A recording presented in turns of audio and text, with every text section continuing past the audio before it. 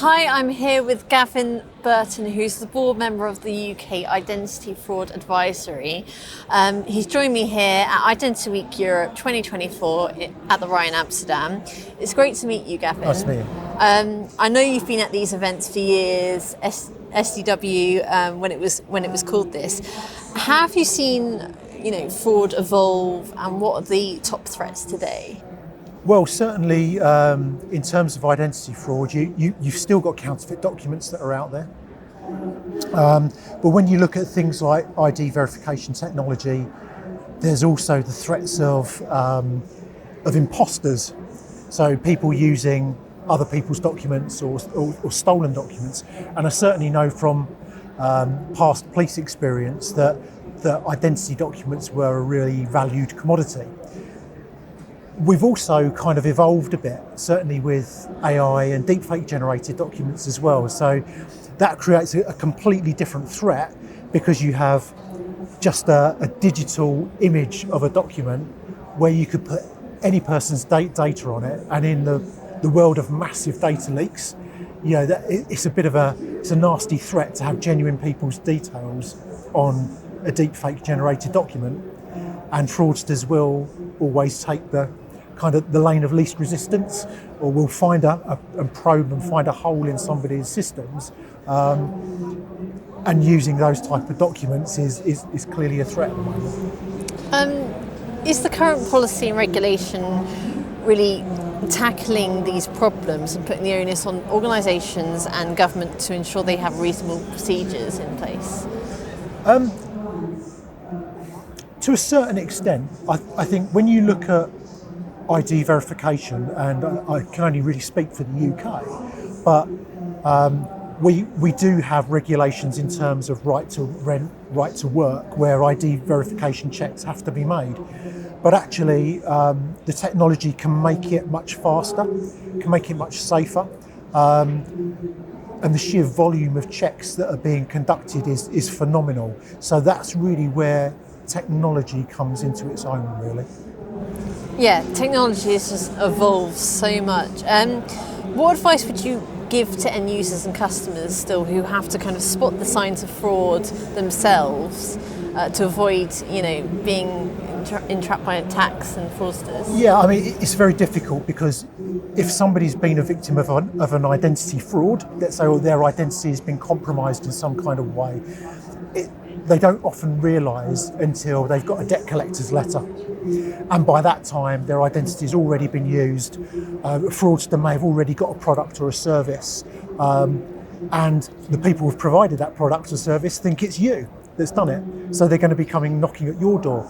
So in terms of preventative action, what I would say is always keep an eye on your credit profile. Always keep your identity documents safe. Treat them as a valued commodity because criminals treat them as a valued commodity.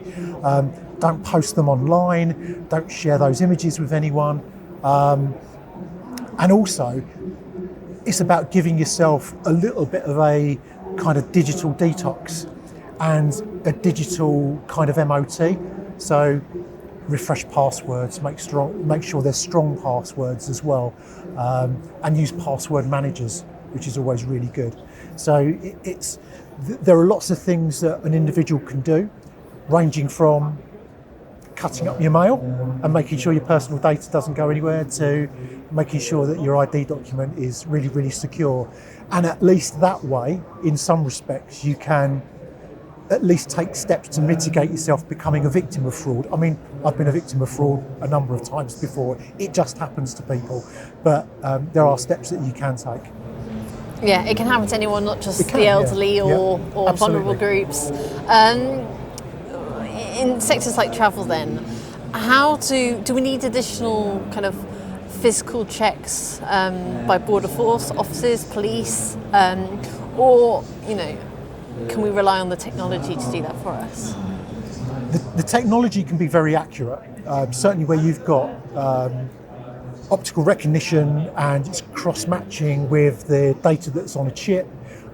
Excellent, and that's the sort of thing that we see at borders as well. But obviously with borders, you're seeing more e-gates, so you might not necessarily see as much fraud from a border guard perspective, let's say. There is definitely a real need for training, purely from the point of view that you've now got people working within identity verification technology that have been, they may not have had that background in identity before, and you could potentially have somebody with a passport with a broken chip, for example. They're going through that technical process, but then they drop out. And that person who's sitting in the background with the company has to do the check on an image of a document, and they're going to need to understand that what is necessarily on the TV screen in front of them may not be the same as what a physical document is. Do you see what I mean? So you need to kind of understand the physical features on a physical document to know how they react in the right way to then make an assumption, or not an assumption, but a judgment call when you're looking at a document on a video screen. Because you've got to account for things like image compression and digital artifacts. Lighting is a big factor as well, and blur, things like that. That's really interesting. So it's almost like we're used to physical documents, and that can impact how we spot fraud in an EID or Yeah, absolutely. It's about. It's not just simply a case of, right, I'm going to employ person X, and they can just look at examine an ID document if it falls out of the system. Those people will need a degree of training, which, I mean, GPG 45 in the UK says it's there to do in any case for identity profiles, but it strengthens the check that's being done, because at some point somebody's ID check may end up going to a person. So we've got this blend of digital and physical checking. Great, thank you so much for talking to me. I hope you enjoy the rest of the conference tomorrow, all the networking. Lovely, thank you.